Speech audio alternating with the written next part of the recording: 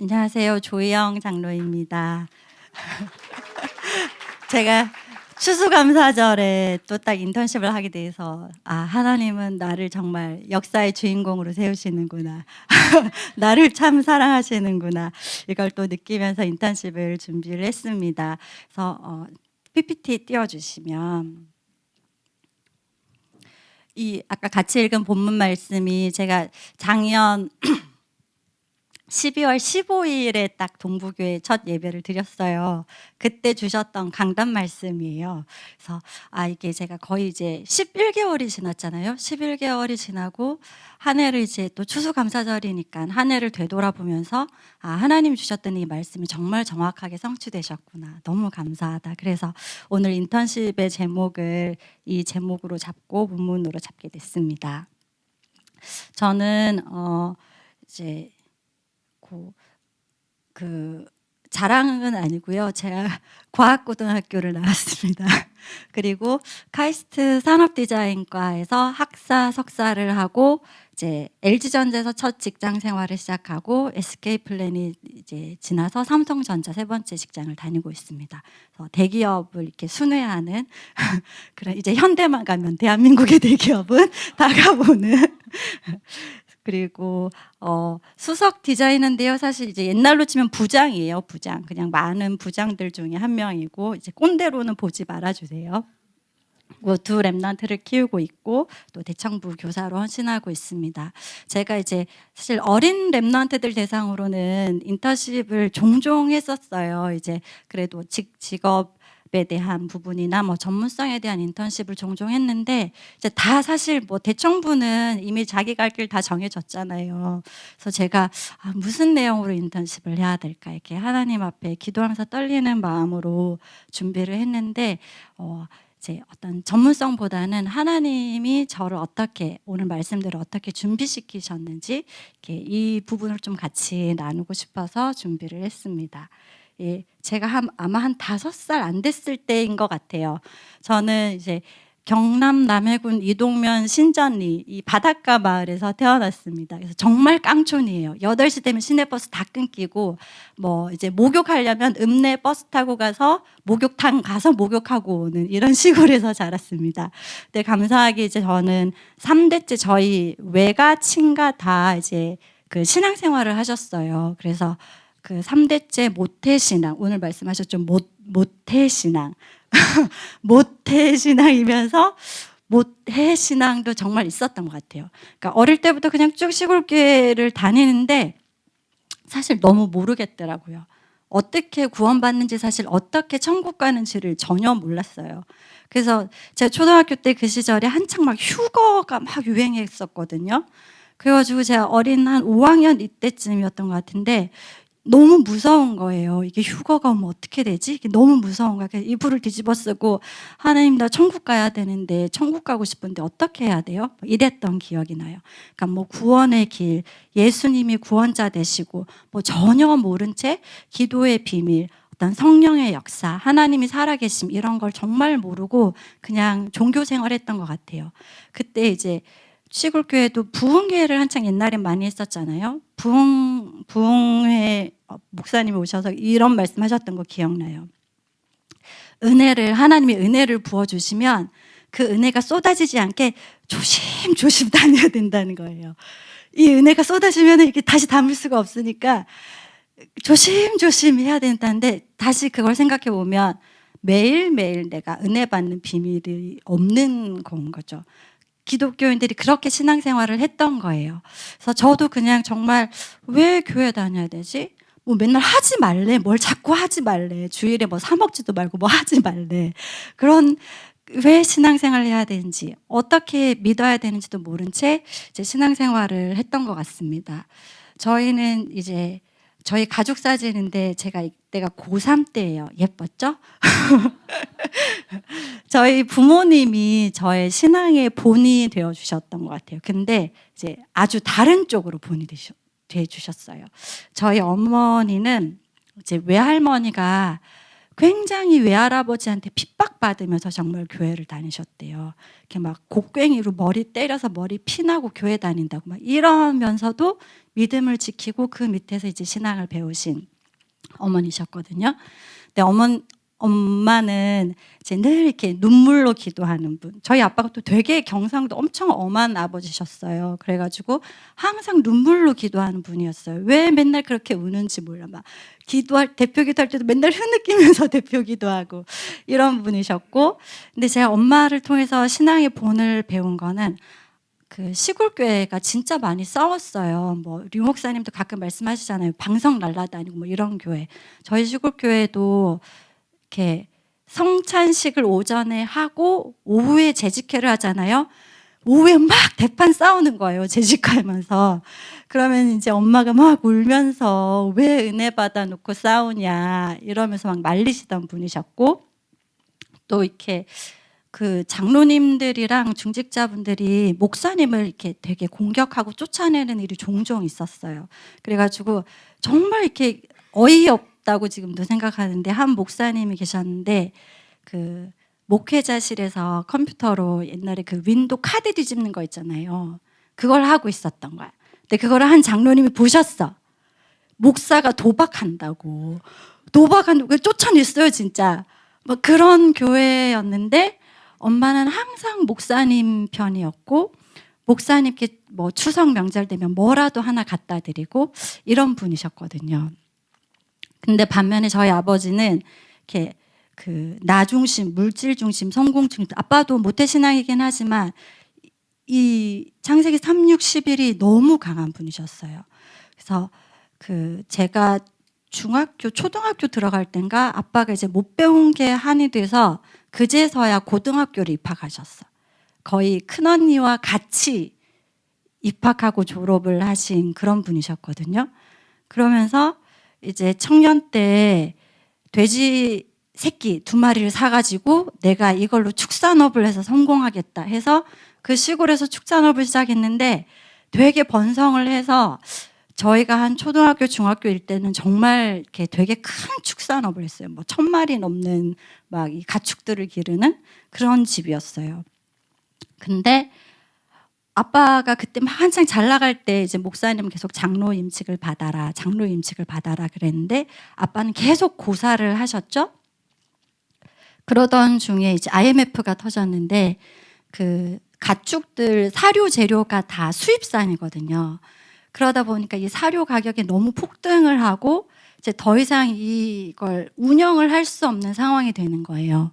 그래서 문제가 생겼을 때 이제 아빠가 정말 하나님 앞에 딱 엎드렸어야 되는데 나중에 커서 보니까 알겠더라고요. 하나님 앞에 엎드리지 않았어요. 그러면서 막 여기저기 돈을 빌리러 다니시는 거죠. 뭐 친척들한테도 빌리고, 뭐 은행에 빌리는 건 이제 넘어섰지. 그러고 친척들한테 빌리고, 심지어는 이제 교회 목사님한테까지 돈을 빌렸어. 막 교회 성도님들한테도 빌리고. 근데 이게 안 막아지니까 결국에 사업은 부도가 나고 신용불량자가 됐어요. 그러면서 또 그 당시에 이제 시골 교회 건축을 하는데 그때 장로님이 자기 조카한테 단독 수주를 낸 거예요. 사실 그러면 안 되잖아요. 교회를 하는데 공정하게 이렇게 여러 업체에게 이제 견적서를 받고 해야 되잖아요. 근데 단독 수주를 한 거야. 아빠는 정의에 불타서 막 화가 나신 거죠. 그러면서 교회를 떠났어요. 교회를 떠난 게 20년이 넘게 교회를 떠나서 예배를 드리지 않고 온갖 고생을 하며 자기 힘으로 이겨내려고 하는 그런 삶을 사셨어요. 그래서 제가 두 분의 엄마 아빠를 보면서 참 하나님이 저에게 보여주셨던 신앙의 레슨이 있었던 것 같아요. 엄마를 보면서 중직자는 목회자의 보호자가 되어야 되는구나. 그리고 직분은 하나님이 주시는 거를 내가 거절하는 거는 말이 안 된다. 이 직분은 정말 하나님이 주시는 거고 하나님 앞에 순종해야 된다. 그리고 문제 왔을 때 인본주의 있으면 절대 안 되겠구나. 이건 사람이 걷잡을 수 없는 문제로 커지는구나. 즉시 하나님 앞에 엎드려야 된다. 그리고 마지막으로 남의 잘못 보고 시험 들면 나만 손해다. 그 장로님은 사실 뭐 어떻게 되는지 모르겠어요. 근데 그 장로님의 어떤 잘못을 보고 아빠가 시험이 들어서 20년 동안 교회를 떠나서 내가 은혜 받지 못하고 이렇게 영적으로 메말라가는 걸 옆에서 봤잖아요. 정말 바보 같은 짓인 거예요. 그 사람의 잘못은 하나님이 하실 거지, 내가 상대방을 보고 시험 들어서 은혜 받지 못하는 건 진짜 내 손해다. 제가 이걸 좀 신앙의 어떤 복음과 완전히 이렇게 복음의 내용이랑은 관계없지만, 신앙생활 이렇게 해야 되는 거구나, 좀 이런 걸 봤던 것 같아요. 저한테 이제 좀 신앙의 멘토가 됐던 건 저희 여기 있는 저희 큰언니예요. 저희 사모님이랑도 같이 태영아 사역을 하시는데, 큰언니가 대학생 때 이제 대구대학교를 갔는데, 대구에 저희가 친척이, 가까운 친척이 아무도 없는데 이제 언니가 혼자 자취를 해야 되잖아요. 근데 여기 계신 이제 사모님, 박지훈 목사님의 사모님이 엄마의 사촌이었어. 그래서 찾아 어떻게, 언니가 그래도 외지에 혼자 가야 되니까 이 박지훈 목사님 댁에서 대학 생활을 시작을 했거든요. 이제 그러면서 다락방을 만나고, 이제 시골에 있는 동생들한테도 이렇게 다시 고향에 올 때 테이프를 좀 갖다 줬었어요. 근데 제가 그때가 뭐 중학교 1학년 이때쯤이었거든요. 근데 사실 잘은 모르겠어. 그러니까 뭐 복음의 내용, 이 복음이 어떤 이런 건 잘은 모르겠는데, 이렇게 들으면서 느낀 거는, 그 전에 제가 되게 깝깝한 신앙생활을 했다 그랬잖아요. 사실 뭐 종교 생활이죠. 너무 이렇게 예수를 믿는 게 뭔지 모르겠고 깝깝했는데, 이 언니가 갖다 준 테이프를 들으면 조금 숨이 쉬어지는 느낌이었어요. 이 목사님은, 이분들은 왜 예수 믿는지 알고 믿는 것 같다. 어떻게 예수를 믿어야 되는지 알고 믿는 것 같다. 뭔가 그래도 여기는 조금 빛이 보인다. 이런 느낌이 있었던 것 같아요. 그래서 이제 그 중학교 때까지는 남해군에 있었을 땐 다락방 교회가 없었고, 제가 고등학교를 진주로 가면서 거기는 이제 다락방 교회가 있었어요. 그래서 그 형부가 소개시켜 주셔서 그 근처 교회에서 목사님이 오셔서 다락방도 해주시고, 또 고3 때부터는 제가 다락방 교회를 출석을 하고 했었는데, 제가 한 고등학교, 대학교, 대학원 때까지만 해도 딱 요 상태였던 것 같아요. 우리 복음 편지에 보면 있잖아요. 하나님이 있긴 있어. 하나님이 있긴 있는데 그래도 주인은 나야. 이 상태였던 것 같아요. 그러니까 뭐 고등학교 때 막 과학고에 모여 있으니까 사실 경쟁도 되게 심하고, 내가 시골에서는 그래도 난다긴다 했는데 거기 갔더니 이렇게 못 따라가겠는 거죠. 정말 열심히 공부하고, 대학교 가서도 뭐 학과 시험도 이렇게 학과 과제도 해야 되고, 또 아르바이트를 많이 했어요. 이제 집안이 어려우니까 제가 아르바이트해서 생활비를 대고 이렇게 해야 되고, 또 가끔씩 엄마가 이렇게 집에 돈을 좀 보내달래. 그럼 조금씩 이렇게 모은 걸 또 보내주고, 이런 그 삶의 무게가 너무 무거운 거예요. 지금 생각하면 아직 막 20대 되게 팔팔할 텐데 삶의 무게가 너무 무거웠고, 이거가 근데 하나님께 맡긴다는 게 뭔지 모르니까 이 짐을 내가 다 지고 다녀야 된다고 생각했고, 하지만 최소한 그래 나는 하나님 자녀니까 천국 가겠지, 이 정도가 저의 신앙이었던 것 같아요. 그리고 뭐 전도가 되어진다 그러는데, 아니 이게 말이 되나? 막 이렇게 싶은 거예요. 이렇게 막 메시지를 들으면 이렇게 용기를 내서 전도 자료를 주고 그러면 막 이렇게 나를 핍박하는 거예요. 왜 이렇게 독선적인 걸 나한테 들으라고 줬냐 이러면서. 그래서 진짜 하나님 살아계신 거 맞나? 기도는 영적 과학이라는데 영적 과학 맞나? 이런 어떤 갈등 속에 대학원 시절까지를 보냈던 것 같습니다. 제가 어제 막 이제 옛날 사진을 뒤지다가 찾았어요. 2005년도 세계대학 수련회 사진을 찾았어요. 그래서 이렇게 뭐 집회도 가고 훈련도 받고 하지만, 이렇게 어떤 내 삶의 주인이 완전히 하나님이 나의 주인이 되시는 거, 이게 뭔지 모르고 살았던 것 같아요. 그러면서 이제 청년이 돼서 취직을 하면서 서울로 올라왔는데, 제가 입사를 하고 3년 만에 회사에서 저를 그 독일로 파견을 보내줬어요. 그래서 사실 생각해보면 좀 흔치 않을 일인데 한 명을 보내야 되는데 이제 제가 뽑힌 거예요. 그래서 갔는데 막 되게 인생이 뭐 이렇게 살면 되나 보다. 이제 파견을 가게 되면은 거의 월급을 2배로 줘요. 회사에서 뭐 출장비 겸. 그래서 뭐 경제적으로도 막 이렇게 받고 회사에서도 인정받는 것 같고 막 거기에서 외국인들이랑 막 이렇게 일하는 것도 너무 재밌고 이런 생활을 하면서 있었는데 사실 영적으로는 정말 이렇게 되게 저 밑으로 저 밑으로 내려가고 있었던 것 같아요. 그러다가 원래는 제가 2년을 있게 하려는 계획으로 갔다가 이제 경기가 안 좋아져서 갑자기 들어오라는 거예요. 11개월이 지났는데 갑자기 들어오라고 했어요. 근데 그때 제가 인생이 내 마음대로 안 되네? 이렇게 사는 게 아닌가? 그 의문이 들었던 것 같아요. 그냥 이렇게 살면 되는 줄 알았거든요. 열심히 배운 대로 성실하게 살면 성공도 하고 돈도 벌고 그렇게 사는 줄 알았는데 청년 시기에 딱 그 현타 갔다가 왔던 것 같아요. 그러면서 이렇게 사는 게 아니면 어떻게 살아야 되지? 이렇게 말고 어떻게 사는 방법이 있지? 근데 그때 계속 들었던 이 메시지가 떠올랐어요. 이 복음 안에 다 있다 그러고 예수는 그리스도 모든 문제 해결자라고 하는데 진짜 맞나? 그 류 목사님도 지성인인데 거짓말을 그렇게 주구장창 하진 않을 거 아니에요. 이게 맞나? 그러면은 이게 맞는지 안 맞는지 한번 확인은 해봐야겠다. 제 마음속에 그 오기가 생기더라고요. 그러면서 그 당시에 이제 제가 예원교회 청년회로 인도를 받았었는데 청년 시절에 맛보지 못하면 평생 끝이다. 이 메시지를 자주 하셨거든요.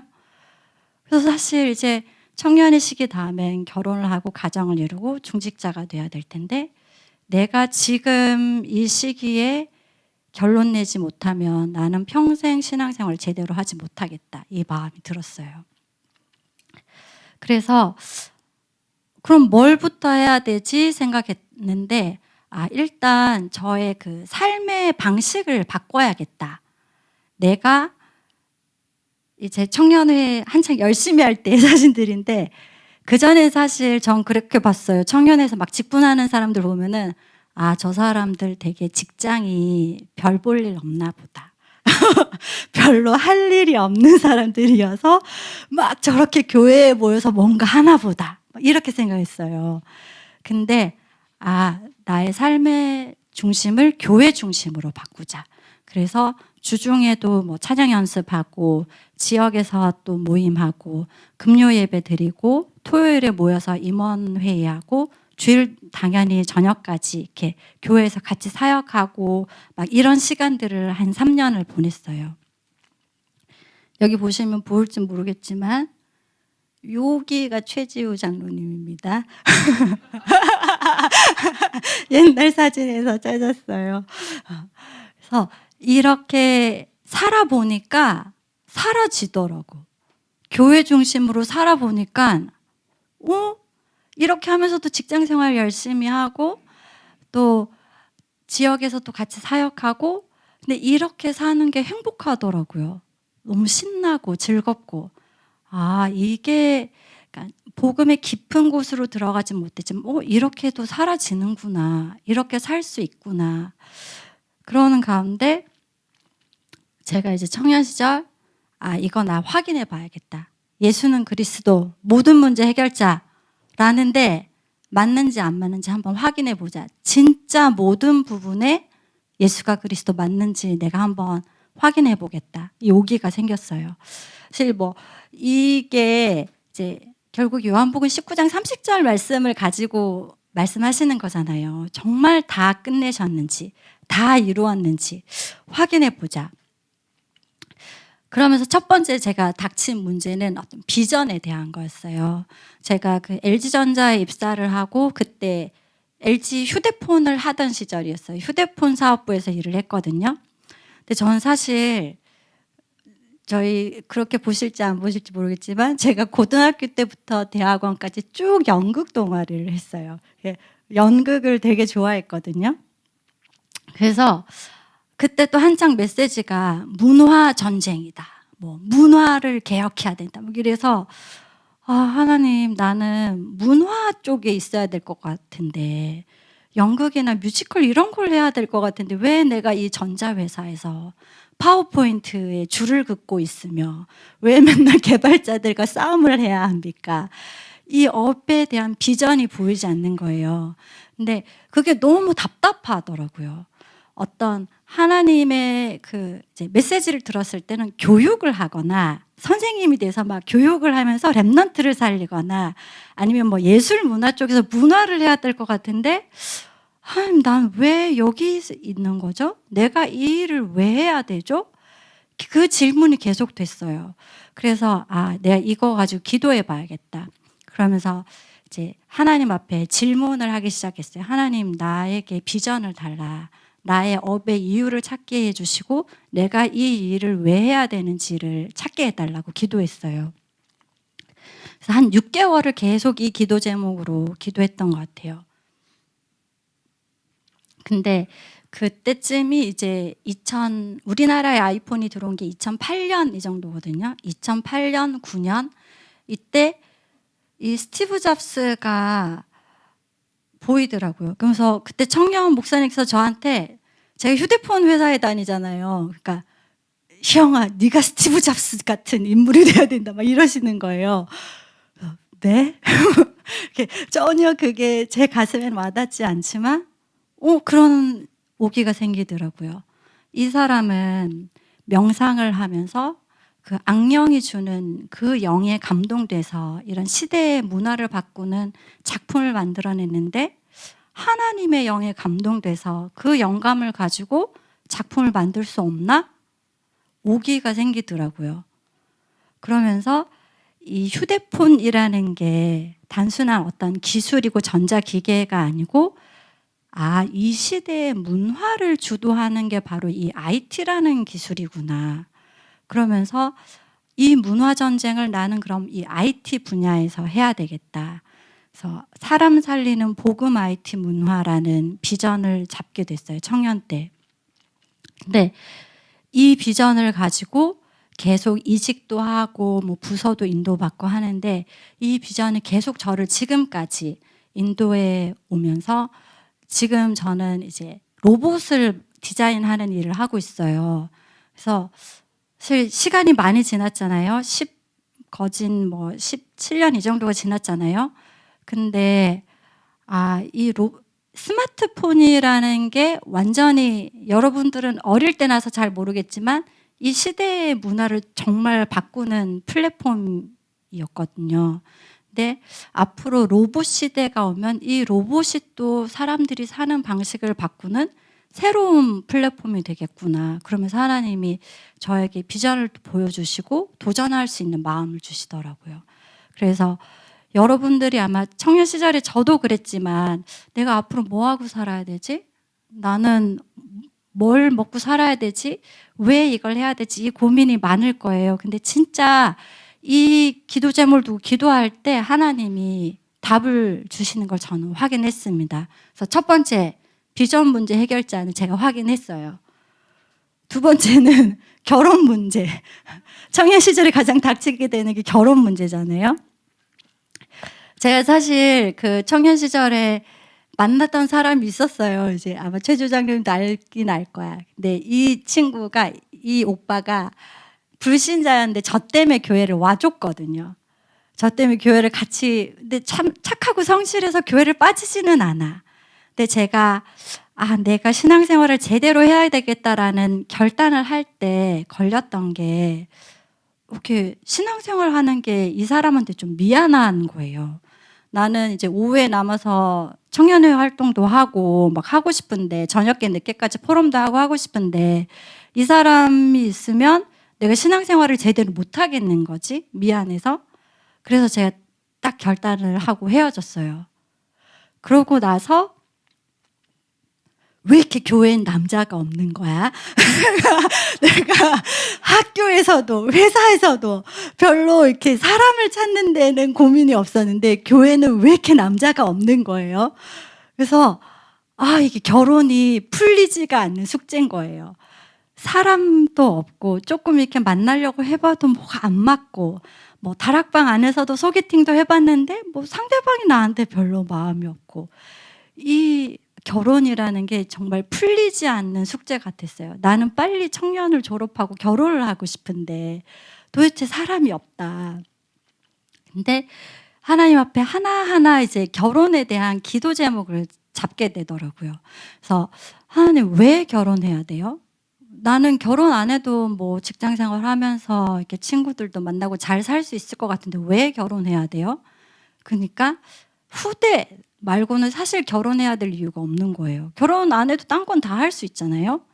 근데 후대, 하나님이 복음의 가정에서 후대를 키우기는 건 결혼밖에 없구나. 그래서 이 후대, 좋은 아빠가 될 사람, 이 후대를 함께 할 수 있는 그 사람을 만나야겠다. 이 기도 제목을 잡게 됐고, 제가 불신자 남자친구를 만나면서 내 신앙도 똑바로 못하는데 내가 남편 신앙까지 걱정하면 어떻게 신앙생활을 하겠냐. 그래서 신앙을 정말 나보다는 최소한 신앙이 좋은 사람을 만나야겠다. 그리고 저희 아빠가 엄청 다혈질이었거든요. 그래서 막 천둥같이 화를 내곤 하셨어요. 그래서 내가 딴 건 다 양보해도 이건 양보 못하겠다. 그래서 화 안 내는 사람. 그리고 내가 평생에 뭘 하고 살아야 될까? 그러니까 여기도 썼는데 결국에 우리가 동역자를 만나는 거잖아요. 동역자는 같이 합력해서 어디론가 가야 되잖아요. 근데 내가 갈 방향이 어딘지 모르겠어. 내가 일로 갈지 절로 갈지 모르겠어. 그럼 어떻게 동역자를 만나겠어요? 그래서 결국에 내가 가야 할 길이 여기다라는 걸 하나님 앞에 확증을 받고 그 길을 같이 갈 사람을 찾는 게 동역자를 만나는 거잖아요. 그래서 결국에는 계속 내가 어렸을 때부터 들었던 말씀, 세계복음화, 이 선교를 같이 품고 갈 수 있는 사람이어야겠다. 그리고 마지막으로는 이제 제가 모든 걸 내려놨어요. 이 시점에는 모든 걸 내려놓고 내 눈은 못 믿겠다. 내 감정도 못 믿겠다. 목사님이 보증하는 사람한테 가야겠다. 그 마음이 들어서 이 5번째 기도 제목을 잡았습니다. 여기 빨간 줄 있죠? 학벌, 경제력, 외모, 집안. 이건 이미 다 내려놓은 상태였어요. 제가 최지우 장로님, 이게 딸린다는 얘기가 아니라 딸린다는 얘기가 아니라 이런 동기를 다 내려놓고 정말 하나님이 원하시는 기도 제목을 잡고 기도했을 때 하나님이 이렇게 딱 만나게 하셨어요. 그래가지고 저희는 그 11년도 11월에 사귀기 시작했거든요.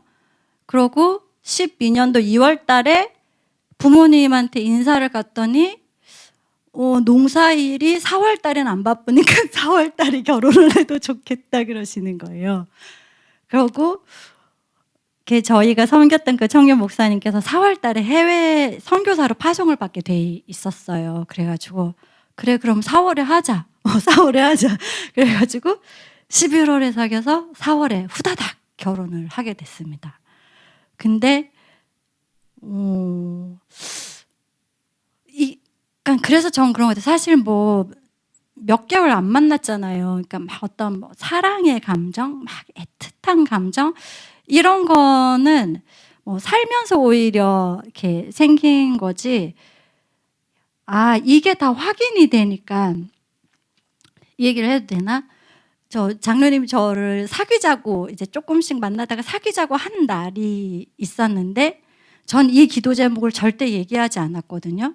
사귀자고 하면서 우리가 10년 뒤에는 선교지에 있지 않을까? 이 말을 딱 하는 거야. 그래서 내가 이 사람인가? 하나님이 저의 기도 제목을 아시고 확증을 시켜주셨어요. 그리고 저희가 사귀면서도 목사님이 몰랐거든요. 이제 회장단 회식을 간다고 이렇게 걸어가고 있었는데 걷다 보니까 저랑 이제 최주 장로님이 부회장이었어요. 저랑 최주 장로님 또 목사님 셋이 이렇게 약간 가까이 걷게 된 거예요. 우리는 비밀리에 만나고 있었는데 목사님이 빨리 결혼해라 그러시는 거예요. 그래서 목사님이 보증한다고 하신 거지. 내가 이제 AS를 해내라고 막 했지만 어쨌든 그래서 하나님이 정말 중요한, 결혼과 가정은 너무너무 중요한 거기 때문에 정확하게 응답하시는구나, 이걸 확인을 하고 결혼을 하게 됐습니다. 그래서 결혼 문제도 진짜 하나님 앞에 기도할 때 하나님이 정확하게 응답하시고 인도하시는구나.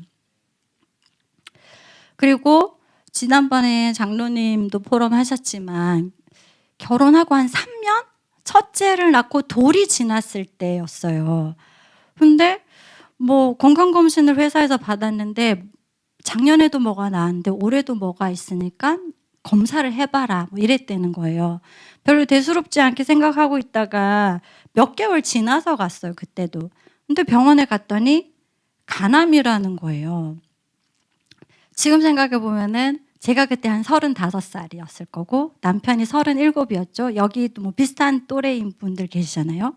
그때 암이라는데 제가 처음에는 막 되게 놀라고 떨리고 슬프고 그러다가 요 생증명, 사명이 있으면 하나님이 생명을 주신다, 이거에 대한 믿음이 확 생겼어요. 이 사람의 사명이 있으면 하나님이 살리실 거고 사명이 없으면 데려가시고 더 좋은 남편을 주시겠지. 근데 하나님이 안 데려가시더라고.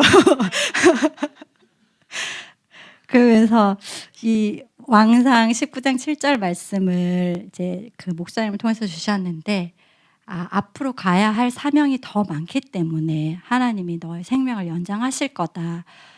이걸 제가 보면서 살리시는 분도 하나님이시고 죽이시는 분도 하나님이시고 죽으시면 또 더 좋은 남편을 주실 거고, 이 믿음이 딱 들어왔어요. 그러고 나니까 사실 남편이 병명은 암이었지만 정말 너무 쉽게 그냥 치료하고 끝났어요. 그냥 한 번 수술을 하고 그 뒤로 뭐 재발도 없고 아무것도 없이 되게 건강하게 남편은 휴직을 하고 이렇게 즐거운 생활을 하면서, 그래서 이 질병 앞에서도 두려워할 거 없구나. 이 건강 문제, 생명 다 하나님 앞에 있는 거다. 진짜 하나님이 생명의 주관자 되시는구나. 이걸 제가 확인을 할 수 있었던 시기였습니다. 이제 결혼을 하고 아이가 생겼는데, 그 딱 남편이 수술을 하고 나서 제가 첫째 아이를 낳고 한 18개월 정도를 휴직을 하고 복직을 해야 될 타이밍이었어요. 근데 우리가 계속 태영아 메시지를 들었잖아요. 그래 들은 게 있잖아. 그럼 내가 이 랩넌트를 정말 내가 기도하면서 정성으로 키워야 되는데 회사는 가야 돼. 남편이 암이 걸려서 수술하고 돈은 벌어야 되고. 그래서 되게 너무 이렇게 마음이 무거운 거예요. 마음이 무겁고 이렇게 갈등도 되고 그러는 중에 저희 언니가 원래 이 죽전 동북교회에 조카를 보내고 있었어요. 근데 이제 사실 우리 수아예요. 정말 너무 귀엽죠? 얘가 이제 아직 말을 못할 때였거든요.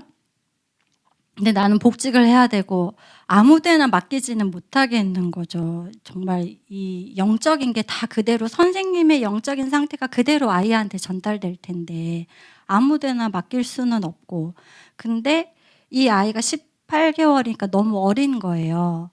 그래가지고 이 대장 선생님한테 연락을 드리고 면담을 갔어요.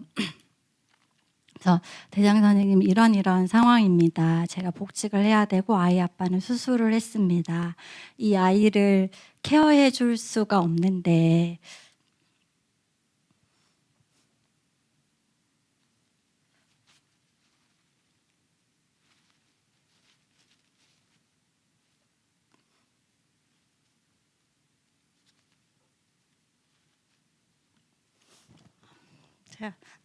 제가 원래 짬보예요. 원래 되게 잘 우는데 항상 이 대장 선생님을 생각하면 너무 감사해요.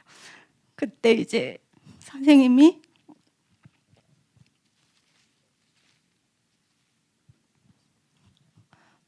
아이를 보내라고 하시고, 막내였거든요. 어린이집에서 이제 막내인데 너무 어리니까 이제 얘를 위한 선생님을 따로 한 분을 보내주셨어요. 그래서 안양에서 한 분을 보내서 수아를 이제 케어를 해주셨고, 가람이도 이제 둘째도 어린이집을 가야 될 시기가 됐는데 얘가 아직 3살이었거든요. 근데 그때는 동부 어린이집에 3살 반이 없었어요. 그때도 이제 제가 대장 선생님 찾아갔지. 그래서 4살 반에라도 넣어달라. 적응하고 지낼 수 있을 거다. 근데 선생님 그때도 어머니 그럼 제가 3살 반을 만들어 드리겠다고 이러면서 이제 두 아이가 동부 어린이집에서 자라고, 이제 DSCS가 수아가 5살 때 DSCS가 세워졌어요. 그래서 이 아이들이 이제 DSCS에서 너무 복음 안에서 자라게 되고, 참 너무 감사한 거예요. 하나님이 완벽하게 준비하시고 다 책임지시고, 진짜 우리 목사님 말씀대로 손댈 거 없다. 하나님이 다 키우신다. 하나님이. 그래서 제가 지금 다시 든 생각이 그거예요. 분명히 하나님이 나를 집에 이제 일을 그만두고 집에 있으면서 아이들을 양육하게 할 수도 있었을 텐데 왜 나를 직장에 나갈 수밖에 없게 하셨을까? 네가 키우는 것보다 여기서 키우는 게 낫다. 분명히 내가 키웠으면 막 이렇게 대치맘처럼 이렇게 했을 거다. 나중에 그게 좀 보이더라고요. 그래서 하나님이 라헬은 죽이셨지만 나는 죽이진 않으셨지만 떼놓으셨구나. 그러면서 완벽하게 하나님의 기업인 자녀들을 키워가는 거를 보게 됐습니다. 그래서 제가 청년들한테 정말 얘기해주고 싶은 건, 진짜 제가 수도권에 이런 복음 양육하는 기관들을 상담도 해보고 다 찾아가보고 했거든요. 이만한 시스템이 없어요. 여러분들은 다 결혼하면 관양동으로 이사 오시기 바랍니다. 정말 진짜 선생님들 제가 너무 존경하고 300% 정말 존경합니다. 그래서 진짜 믿음으로 복음으로 양육해 주시고 교육해 주시고 이런 복음 명문 시스템이 없습니다. 그래서 여러분들도 동북교회와 DSCS 이렇게 딱 정해져 있으니까 갈등하지 마시고 관양동으로 오시기 바랍니다. 제 경제 부분을 하나님이 되게 헌금을 통해서 저에게 경제를 훈련을 시키셨어요. 사실 오늘 오후에도 목사님께서 경제 말씀을 하셔가지고 네, 하나님 역시 나에게 이 바른 길로 인도하셨구나 확인이 들었는데, 이제 저희가 청년 때부터 예원교회가 이제 막 건축을 했거든요. 문화센터 건축하고 본당 건축하고 막 이러면서 거의 10수년을 계속 이 헌당과 건축 속에 있었죠. 제가 그 청년 때까지 사실 저는 돈을 굉장히 아껴 썼어요. 저한테 별로 전 비싼 옷, 명품 가방 하나도 관심이 없거든요. 돈을 굉장히 아껴 쓰고 착실하게 해서 제가 지금 이렇게 아까 계산해 보니까 결혼하기 전에 한 5, 6년 직장 생활 하는 동안 제가 1억 넘게 모았던 것 같아요. 근데 제 안에 그런 게 있었죠. 저희 아버지도 막 옛날에 치약 많이 짰으면 뭐라 그랬어요. 왜 그렇게 낭비하냐 막 이러면서, 그런 아버지의 그게 저한테 이렇게 남아 있었던 것 같아요. 그래서 굉장히 아껴 쓰고 경제관이 투철하고 비싼 커피도 절대 안 사 먹고 막 이러는 저였는데, 이제 결혼을 하고 교회는 계속 이제 건축의 시간표로 들어가는 거예요. 그러면서 저 남편이 1억 작정 1억 해온 거야. 지난번에 들었죠? 결혼할 때 빚만 가져왔거든요. 결혼할 때 빚만 가져왔고 내가 결혼하고 다 갚아줬는데 결혼 후에 가지고 온 건 1억 작정서인 거야. 그래서 하나님 이게 뭐죠? 저 사람은 도대체 믿음이 얼마나 좋은 거죠? 내가 그렇게 기도했지만 이 기도를 정말 잘해야 하는구나 이 생각을 하게 됐죠. 근데 건축을 위해서 계속 기도하고 하는데 사실 저 때까지도 제가 아주 이제 믿음이 성장해가는 과정, 지금도 물론 그렇지만 성장해가는 과정에 있었고, 이렇게 아니 세상 사람들은 연금저축도 하고 뭐 적금도 들고 이렇게 해서 주택부금도 하고 그렇게 해야 되는 건데, 뭐 사실 전 재산을 다 털어도 1억이 안 될 판에 1억을 작정해 오는 건 도대체 뭐지? 그래서 사실 제가 며칠을 말을 안 했어요, 남편이랑. 근데 하나님이 저에게도 계속 찔림을 주시는 거예요.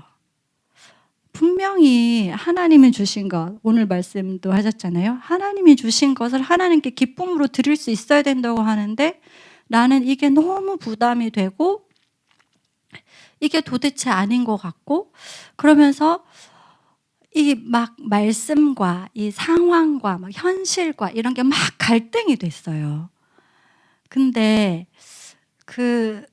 이제 그 말씀을 한 목사님이 한번 하셨어요. 집은 무리해서 사면서 왜 하나님 앞에 헌금은 무리해서 못하냐. 근데 그게 뭐 어떻게 들으면 또 이렇게 오해가 될 수 있는 말이긴 하겠지만, 저한테는 그게 딱 이렇게 부딪히더라고요. 하나님이 주신 거고 하나님이 부어주신 건데 왜 하나님께 못 드리지?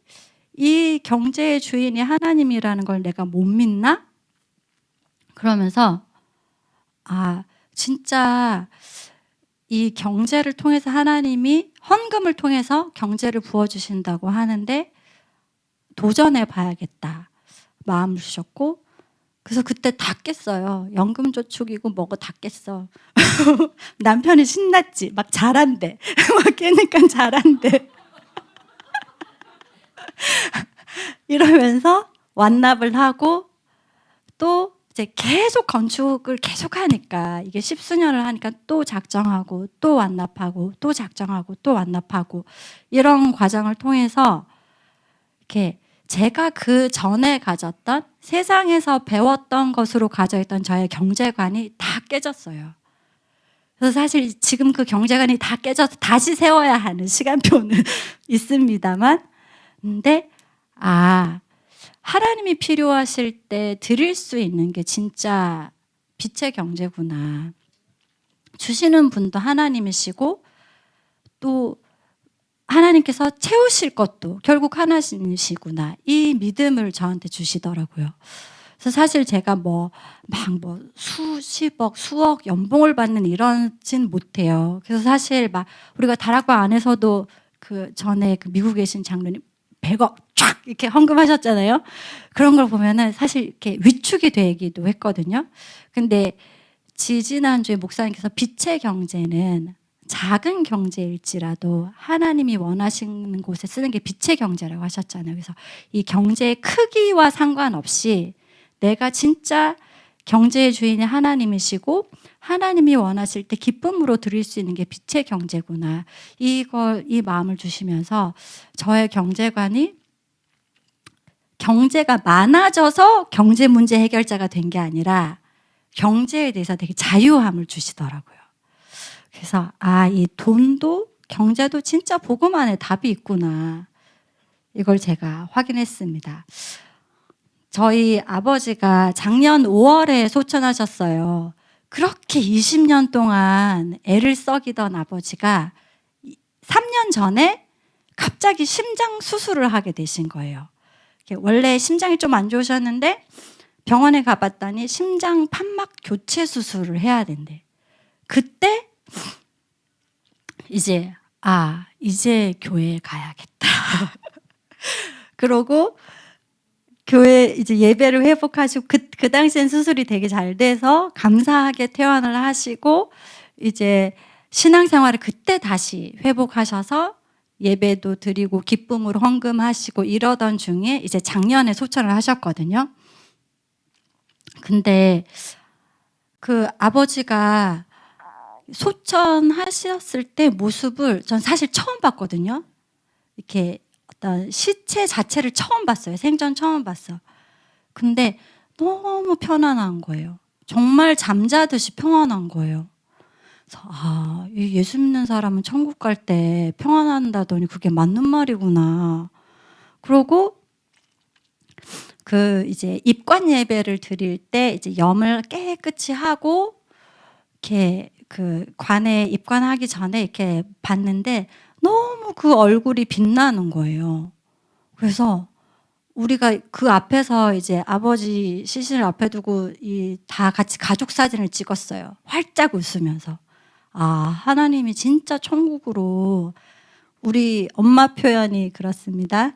예수를 개떡같이 믿어도 하나님이 이렇게 축복하시는구나. 생전에 신앙생활 그렇게 제대로 안 했지만 마지막 가는 그 하나님 자녀의 삶의 끝을 하나님이 진짜 보장하시는 거예요. 그리고 저희가 이제 임종 예배, 또 입관 예배, 발인이야지, 조문 예배. 임종 예배는 저희 형부가 이제 목사님이셔서 형부가 인도하시고, 입관 예배는 하나교회 신봉준 목사님이 와서 드려주시고, 또 그 조문 예배는 또 예원교회에서 와서 예배를 드려주시는데, 새 예배에서 다 똑같은 본문을 말씀해 주셨어요. 그러면서 디모데후서 4장 7절, 나는 선한 싸움을 싸우고 나의 달려갈 길을 마치고 믿음을 지켰으니. 그래서 우리 후대에게 이 언약을 완전, 이거 내가 너희한테 주는 말이야, 나의 말이야, 완전 확인을 시켜주시더라고요. 그래서 이 예배 모든 장례 절차가, 저희 사실 그랬거든요. 천국 환송 예배라는데 장례식에 가면 너무 우울하고 좀 그렇잖아요. 그래서 진짜 천국 환송식처럼 하고 싶다. 그래가지고 요것도 제가 디자인해서 만들어서 붙였어요. 인쇄해가지고. 아버지 천국 환송식에 와주신 거 감사하다. 그리고 요 사진에 없는데 복도에 아버지 사진을 쫙 붙여서 아버지가 살았던 그 생애를 이렇게 전시회 하듯이 인쇄해가지고 쫙 붙여놓고, 식사하는 장소에는 이제 찬양을 틀고 그 아버지 칠순 때 만들었던 영상이 있거든요. 그 찬양과 영상을 틀고 이렇게 했는데, 나중에 이제 장례를 다 마치고 이제 저희 조카들이에요. 아이들한테 어땠어? 한번 포럼해봐. 장례 캠프 다 마치고 어땠는지 포럼해봐. 그랬는데 아이들이 다 하는 얘기가, 장례식 하면 되게 우울할 줄 알았는데 너무 즐거웠어요. 막 다 이런 아이들이 포럼을 하는 거예요. 그래서 하나님 자녀는 그 내세를 정말 하나님이 다 예비하시는구나. 다 책임지시는구나. 제가 내세 문제, 정말 우리의 갈 곳은 천국이라는 거 정해져 있구나. 이걸 진짜 두 눈으로 확인을 했어요. 그래서 이제 죽음도 문제될 게 없고, 질병도 문제될 거 없고, 경제도 문제될 거 없고, 예수가 그리스도 모든 문제 해결자, 내 수준에서는 다 확인했어. 다 확인했는데 한 가지 제가 걸리는 부분이 있었어요. 이 복음이 나에겐 답이 맞는데 우리가 결국 세계복음화 해야 되잖아요. 다른 민족에게도 정말 과연 답이 될까? 다른 민족에게도 예수는 그리스도 모든 문제 해결자가 될까? 이 부분이 저한테 해결이 안 되더라고요. 그러니까 막 당장 외국인을 만나면 해외 캠프 가잖아요. 이제 교회에서 막 같이 가면 이렇게 좀 되게 쭈뼛되게 되고, 저 사람들한테도 과연 이 복음이 답이 될까? 막 이러면서 그 질문이 들었거든요. 근데 제가 2023년, 4년을 이제 그 다민족 사역을 하게 됐어요. 내가 해외에 나가진 못하지만 우리나라에 있을 때 내가 할 수 있는 선교는 다민족이 아닐까 하면서 다민족 사역을 하게 됐는데, 이분들을 보면서 이 진짜 모든 민족에게 답이 맞구나. 이게 확인이 됐어요. 요 과정은 사실 되게 재밌게 만나게 됐는데, 파키스탄 분들이거든요. 제 23년도에 임직식을 하는데 남편이 저한테 엄청 섭섭하게 했어. 진짜 섭섭해가지고 내가 막 이를 갈고 막 이랬는데 그 섭섭하게 한 걸 사과하기 위해서 핸드폰을 저한테 선물을 해줬어요. 핸드폰을 선물해 주면서 제가 가지고 있던 핸드폰을 당근에 팔려고 했는데 요 분이 사겠다고 한 거야. 그래서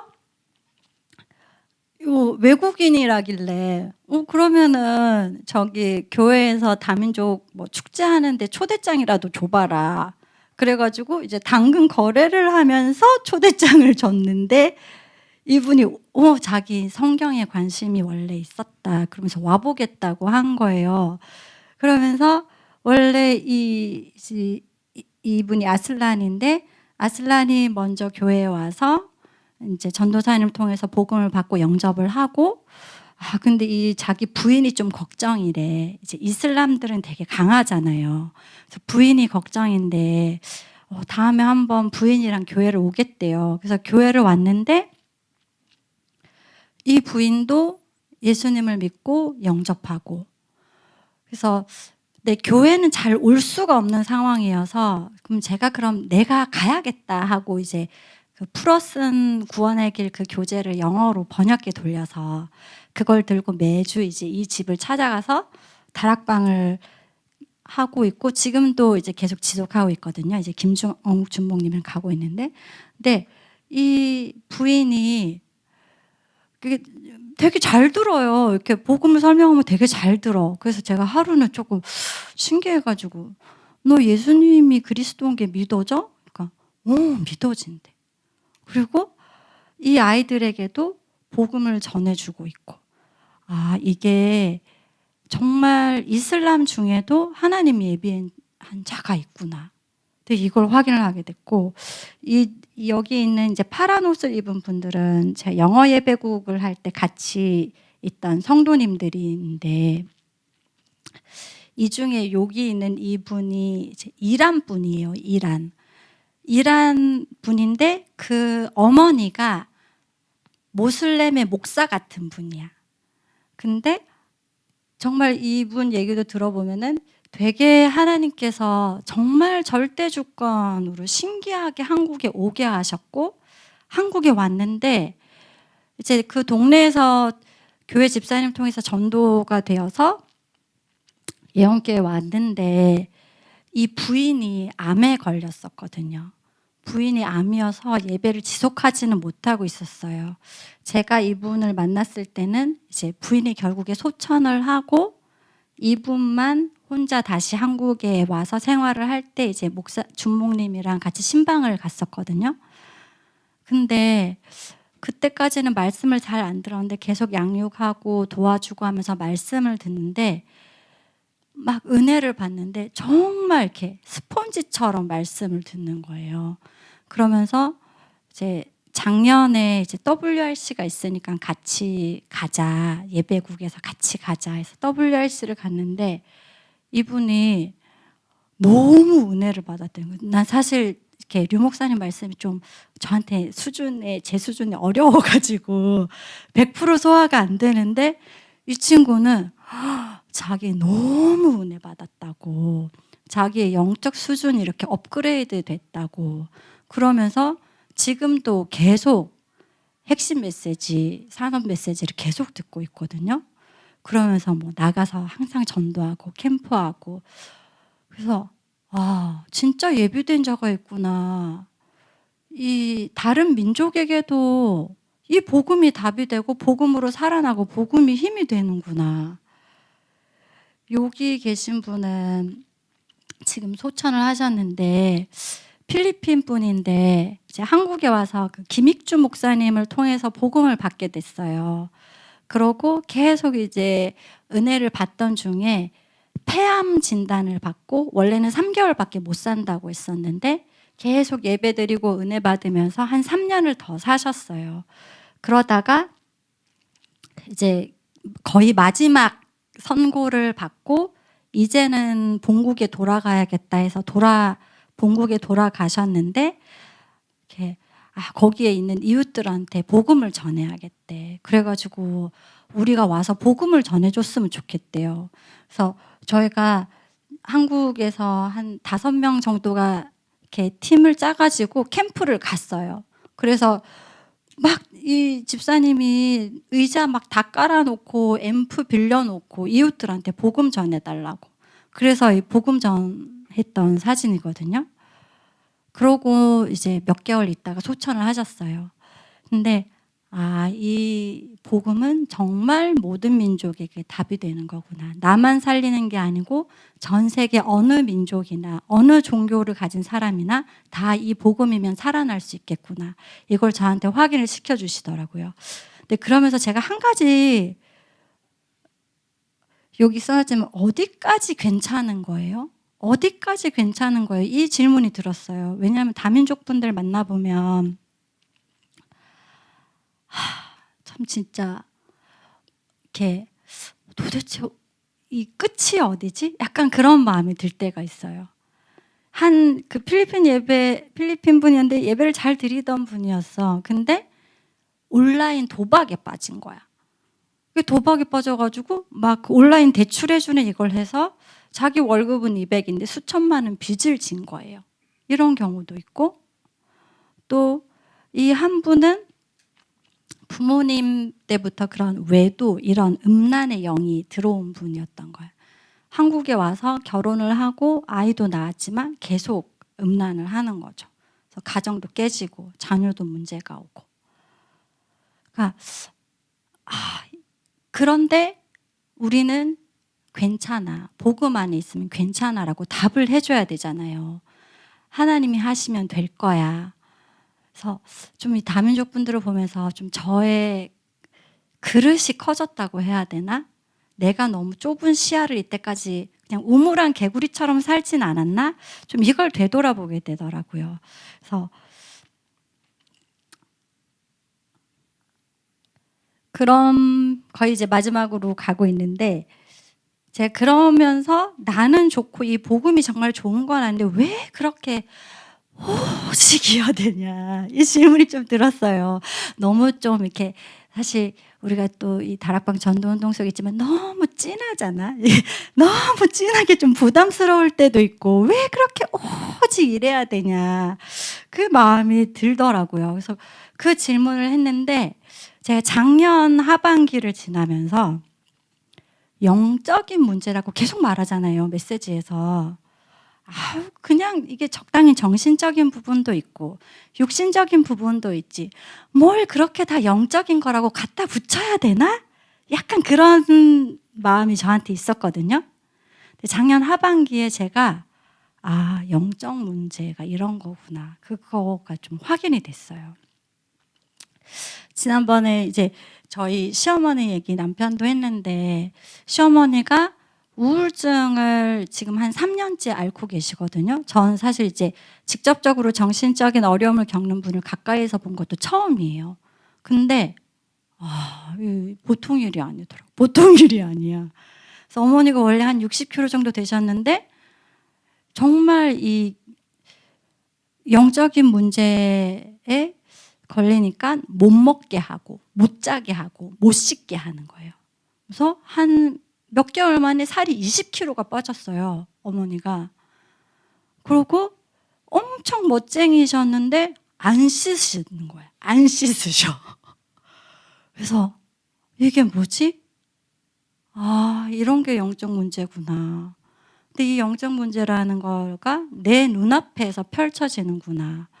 목사님들이 늘 말하는 영적 문제, 정신 문제, 이게 남의 일이 아닌 거구나.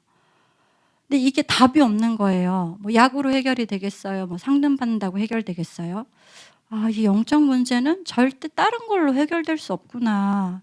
진짜 하나님 만나지 않으면 해결받을 수 없는 거구나. 근데 더 큰 문제는, 이 문제가 저희 어머니의 어머니도 우울증을 앓으셨대요. 근데 남편도 좀 이렇게 울기가 있어. 좀 무기력하고 약간 이런 면이 있거든요.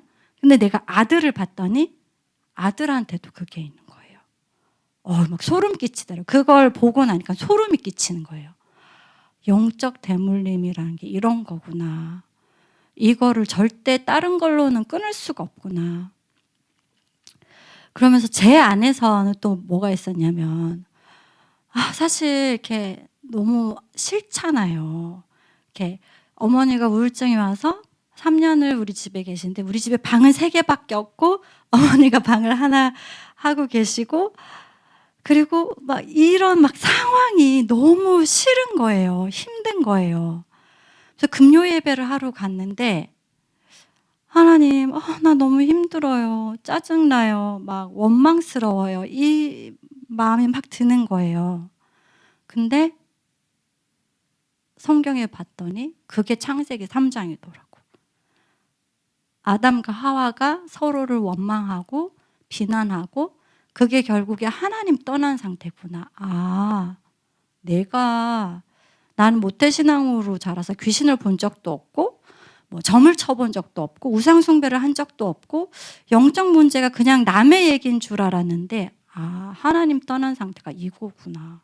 나도 똑같이 그 상태에 있었구나. 내가 이 어떤 갈등 속에서 하나님 만나는 거 말고는 해방받을 길이 없네. 행복해질 수 있는 길이 없네. 그리고 마지막으로 사단의 존재라는 걸 사실 잘 몰랐거든요. 근데 교회 안에 이 사단이 정말 눈에 보일 정도로 교회 안을 파고들더라고요. 이렇게 유튜브에 사실 안 나가면 좋겠는데 뭐 탈다락 이슈가 나오기 전부터 교회 안에 막 좀 여러 가지 문제들이 있었어요. 근데 그전 같으면 우리 장로님들이 같이 기도하고 복음으로 이겨냅시다 이랬을 것 같은데 막 분열되는 거예요. 막 서로 비난하고 욕하고 이간질의 그 사단이 들어오는 게 막 몸으로 느껴지는 거예요. 이 사단 진짜 있구나. 난 사단은 그냥 저기 점집에나 있는 줄 알았는데 우리 교회 안에 이게 있구나. 이 사단은 뭐 서로 합리적으로 대화한다고 해결될 게 아니구나. 이 영적인 걸 보니까 진짜 오직 예수 그리스도 아니면 해결될 수 없는 거구나. 이 오직이 되게 저한테 딱 확인이 되면서 동시에 나 계속 이렇게 신앙생활해도 될까? 그게 되게 질문이 됐어요. 열심히 교회 일 하고 막 정말 저는 투잡 뛰듯이 교회 일 했거든요. 애들도 다 남편이 알아서 해. 그리고 난 토요일에 교회로 간다 이러고 막 열심히 교회 생활을 했는데 내 안에 복음으로 행복하지 않고 말씀이 진짜 하나님의 말씀으로 잡히지 않고 기도로 행복하지 않은 거예요. 그러던 중에 이제 제가 작년 12월 15일 동북교회를 오게 됐는데 제가 갈등하던 부분에 그대로 답을 주셨어요. 전 하나님이 나를 맨날 뭘 자꾸 시킨다고 생각했거든. 뭘 자꾸 뭐 내고 뭘 자꾸 하래. 근데 하나님이 나를 원하시는구나. 하나님이 나를 원하셔서 부르셨고 함께 있고 전도가 되어지지 않는 데에 대한 갈등이 있었는데 전도가 되어지고 가문의 그런 영적 문제를 보면서 힘들었는데 귀신을 내쫓는 권능도 하나님 주신다고 약속하신 거예요. 정말 하나님이 나를 이곳에 부르신 게 맞구나. 너무 감사하게 거진 1년을 지나왔는데 전 여러분도 다 마찬가지겠죠? 너무 행복했죠? 지난 1년 동안 너무너무 행복했어요. 너무 감사했어요. 여러분 혹시 계속 동북교회 다녀서 모르는 분들이 있을까 봐 말하는데 동북교회는 진짜 좋은 교회예요. 진짜 좋은 교회예요. 너무 제가 매주 예배를 드리는데 1부 예배 드리고 2부 예배 또 드려요. 왜냐면 너무 좋아서 말씀이 안 끝나면 좋겠어. 그러면서 제가 어제 한 해 동안 하나님 주신 말씀을 쭉 이렇게 훑어보는데 너무 감사하네. 하나님이 나와 함께 하시는구나. 하나님이 나를 이렇게 사랑하시는구나. 나 때문에 살고 누려도 되고 이 말씀이 매주 너무너무 감사하고 나를 살리고 성취되고 이게 복음에 집중하는 거구나. 이게 복음으로 행복한 거구나. 이 복음이면 나도 살고 남도 살 수 있겠다라는 확신이 제 마음에 1년 동안 딱 들더라고요. 그러면서 이제 사모님을 저도 이제 그전에 사실 안 했어요. 어떻게 하는지도 잘 모르겠고 너무 막연했고 늘 너무 분주했거든요. 근데 사모누를 도전하라고 하시면서 이제 사모누를 하고 기도 제목을 이렇게 정리를 해보면 이게 또 성취된 게 보이고 이게 이 기도로 뚫어가는 게 뭔지 기도가 가장 쉽고 빠르고 정확하다는 게 뭔지 좀 알겠는 거예요. 그래서 전 사실 전에는 영적인 건 하나님이 담당하시고 뭐 저의 업이나 육적인 건 제가 알아서 할게요 좀 이랬거든요. 근데 이거 내 힘으로 안 되는구나. 기도가 정말 쉽고 빠르구나. 그래서 제가 회사에 가서 사모들을 보통 점심때 자주 하는데 기도 제목을 쭉 적어요. 하나님 오늘 제가 이거 정리해야 되고 이거 보고서 써야 되고 이거는 예산을 따야 되고 이거는 뭐 해야 돼요. 이러면서 기도 제목을 적거든요. 그러면은 그걸 하나님이 이렇게 또 하나하나 응답해 가시는 게 확인이 되더라고요. 사실 여러분 업무하실 때도 보면 회사에서 그냥 앉아있는 시간 엄청 많잖아요. 다 윗사람도 다 알고 있어요. 딴짓하고 있다는 거. 근데 그게 결국에 집중이 안 되면 그러잖아요. 저도 그러거든요. 막 한 10분 일하다가 뭐 카톡 봐. 10분 일하다가 막 쿠팡 봐. 집중이 안 되면 이게 업무가 될 수가 없는데 사문을 딱 하고 나면 머리가 정리가 되면서 집중력이 생기는 거예요. 그러면서 이 일을 헤쳐나갈 수 있는 지혜를 주시더라고. 그래서 나의 업에 있어서도 우리 자녀에 있어서도 정말 기도가 제일 쉽고 빠르고 정확하구나. 그러면서 마지막으로 저도 막 직장에서 막 전도 운동이 일어나고 이렇게는 안 돼요. 근데 그 전에도 계속 이제 전도에 대한 부담은 우리가 가지고 살잖아요. 이렇게 전도 자료를 줘야 되는데 복음을 전해야 되는데 이런 부담이 있잖아요. 근데 제가 동북교회에 와서 이렇게 사모누를 누리고 복음으로 행복하면서 몇 주 전에 말씀 주시니까 사람은 살리고 일은 되게 하고 사실 우리가 계속 이 다락방 전도운동 속에서 받았던 삶의 자세가 이걸로 딱 요약이 되잖아요. 사람은 살리고 제 한 5년 6년 저의 파트장인 분이 있어요. 근데 사실 내가 학벌도 더 좋고 경력도 사실 내가 더 긴 것 같아. 군대 갔다 온 거 빼면 내가 경력도 긴 것 같아. 근데 일도 잘 못해. 근데 어떨 때는 막 화가 나고 그럴 때가 있는데 살려야 되잖아. 우리는 그 사람을 전도 대상으로 보잖아요. 그러면은 이제 네, 제가 할게요. 제가 할게요. 이러면서 이제 일을 하잖아요. 그러면 결국에 좋은 성과를 받게 됩니다.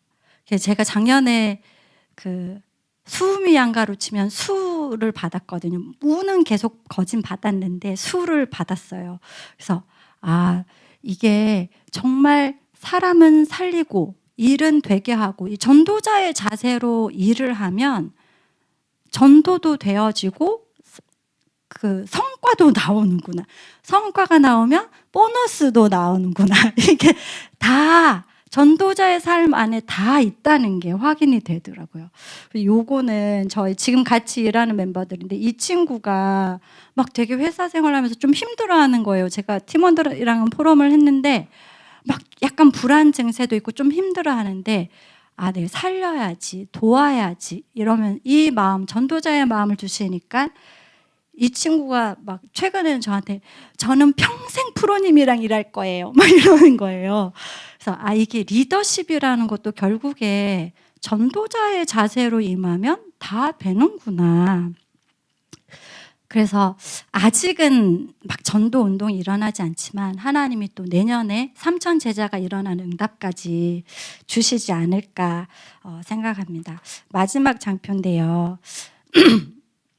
제가 작년에 저희가 많은 그런 일들을 겪으면서 하나님이 저한테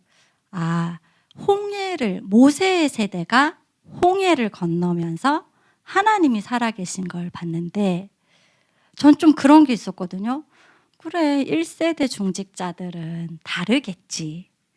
나는 잘 따라가면 되겠다. 좀 이런 마음이 있었어요.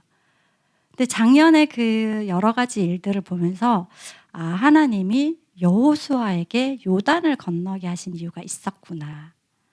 그냥 되어지는 속에 있으면 이게 얼마나 가치 있고 소중한 건지 몰랐겠구나. 여호수아 세대를 요단강에 발을 들이게 하고 기념비를 세우게 하시면서 또 이 언약의 바톤이 넘어가게 하셨구나. 이게 되게 성경이 진짜 살아있더라고. 성경이 그냥 하는 얘기가 아니야.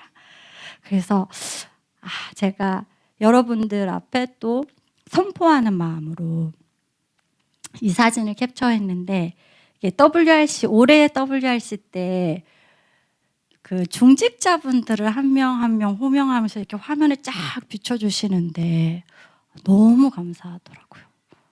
이분 제가 사실 뭐 이름도 모르고 개인적으로 전혀 모르는 분들이지만 이분들이 이렇게 홍해를 건넌 그 믿음으로 복음을 지켜주고 계시고 이제는 내가 그 다음 대열에 서야 되는 시간표구나. 그러면서 저희가 이제 저희 젊은 중직자들, 우리 중직자들이 이 언약의 바톤을 이어받겠습니다. 그러고 여러분들한테 넘겨줄게요. 그래서 차세대 중직자로 또 전도운동에 함께 쓰임받는 동역자가 되면 좋겠습니다. 감사합니다.